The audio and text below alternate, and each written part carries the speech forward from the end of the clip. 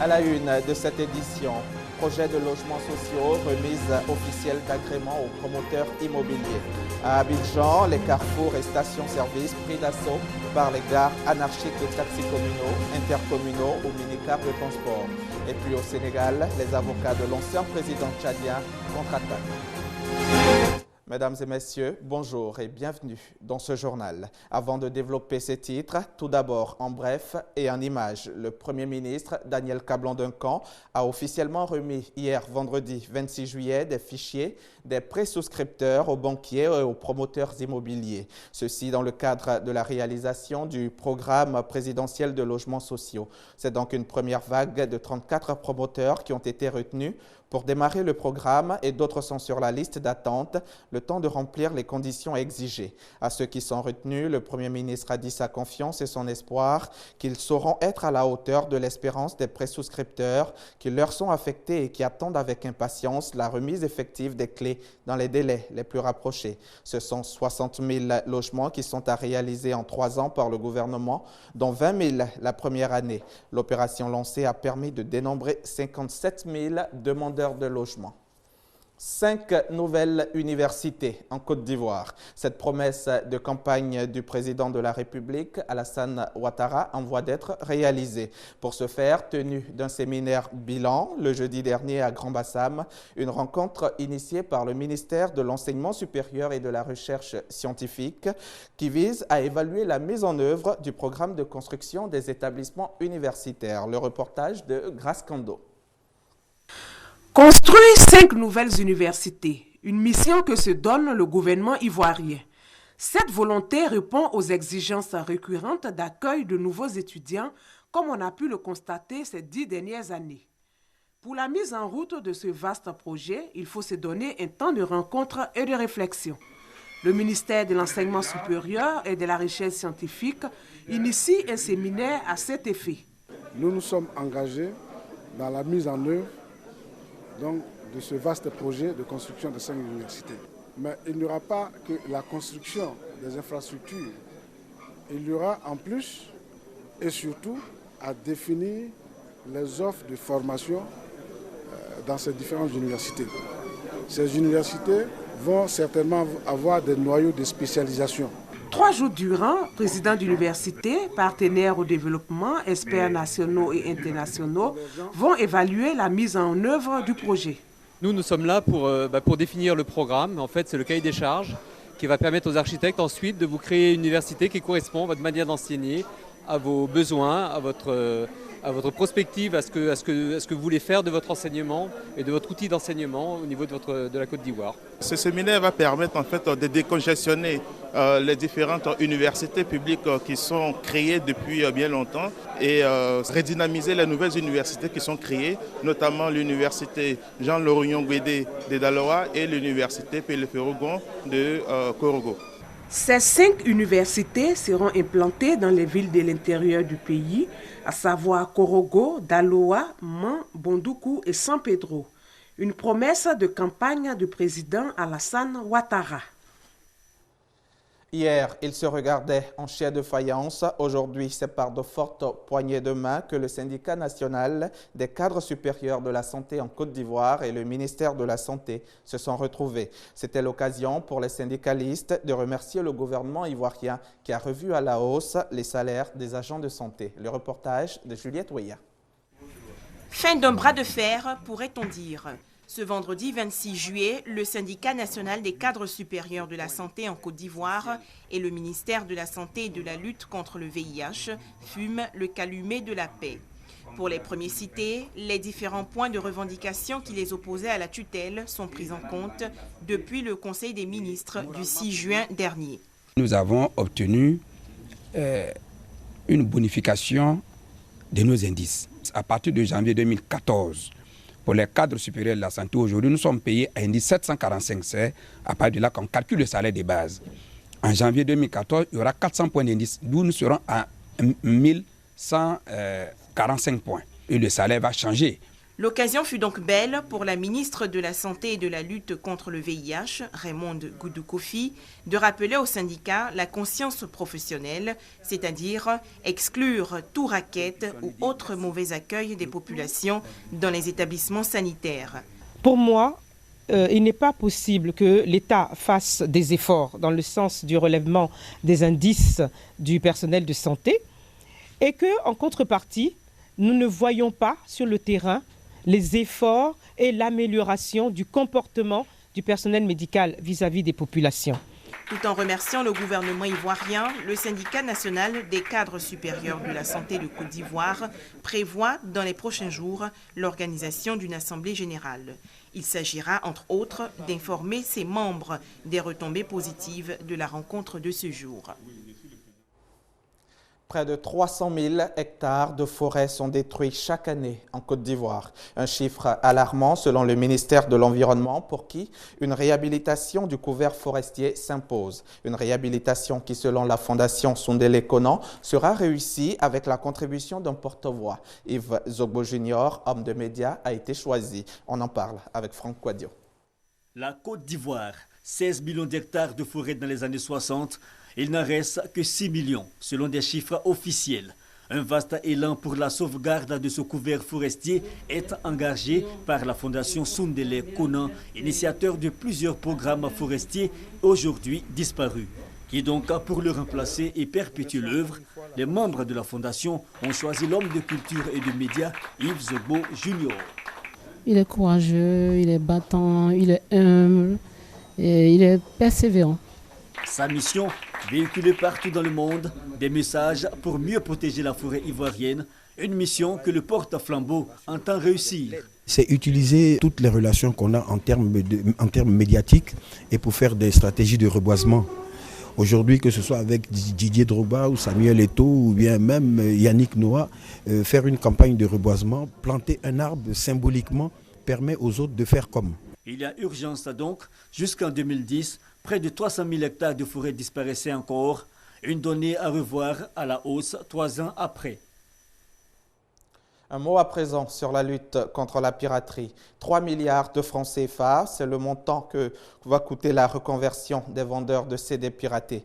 Pour lutter efficacement contre la piraterie et favoriser une meilleure insertion de ces jeunes, 2000 points de vente de produits et services culturels seront bientôt installés sur le territoire national. Un projet pilote de 100 kiosques verra d'abord le jour. On reste avec Franck Quadio. Yopougon Sipores, un vendeur de CD piratés recevant de jeunes clients. L'activité est illicite, le vendeur en a conscience, il dit cependant l'exercer faute de mieux. J'ai choisi de vendre ça parce qu'il n'y a pas d'emploi, bon, on se débrouille, et ça en attendant l'office qu'on envoie, on trouve des emplois pour travailler. La vente de CD, de livres, de tableaux d'art et autres produits culturels piratés en pleine rue. Une perte pour l'industrie culturelle. Et la tutelle dit avoir diagnostiqué le mal.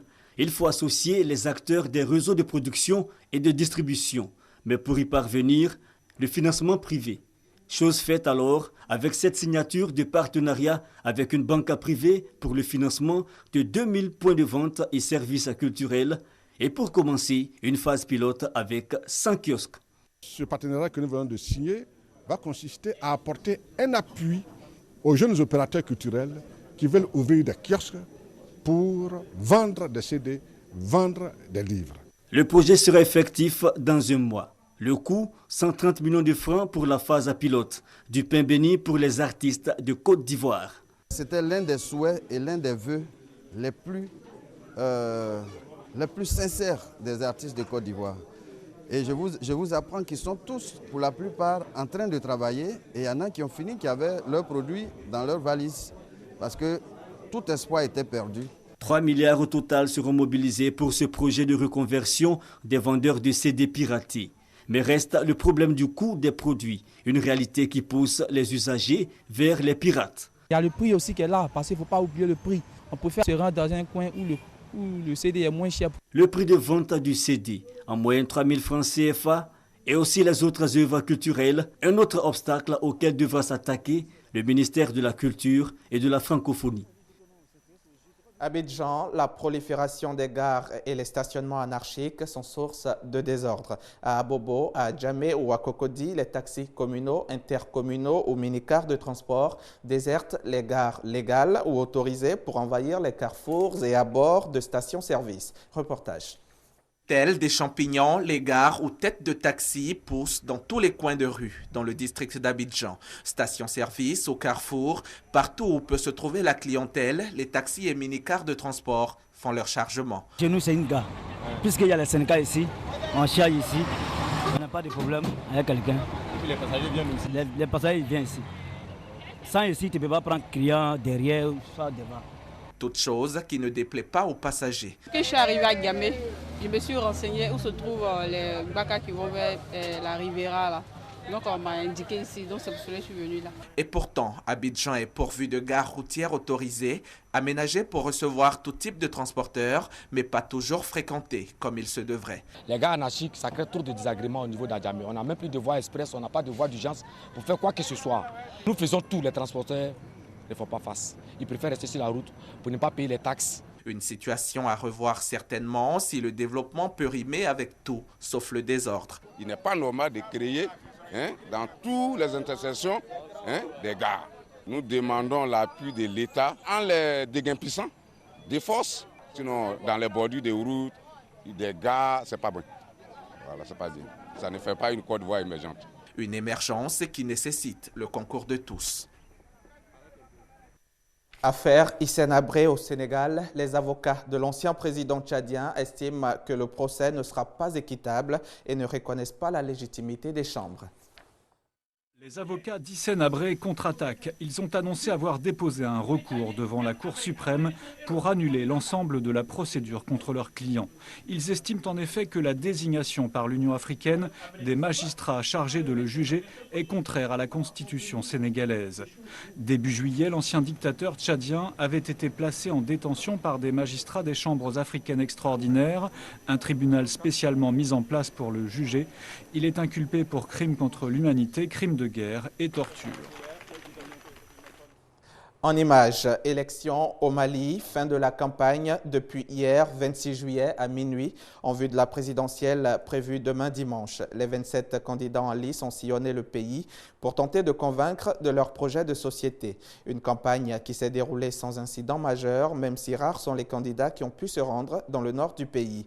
Ce vendredi 26 juillet, également dernier jour de l'opération de distribution de la carte d'électeur, a été décrétée journée citoyenne chômée et payée sur toute l'étendue du territoire national pour permettre aux retardataires d'aller retirer la carte Nina qui seule leur donnera accès au bureau de vote. Le gouvernement malien assure que plus de 85% des électeurs maliens sont déjà en possession de leur carte d'électeur.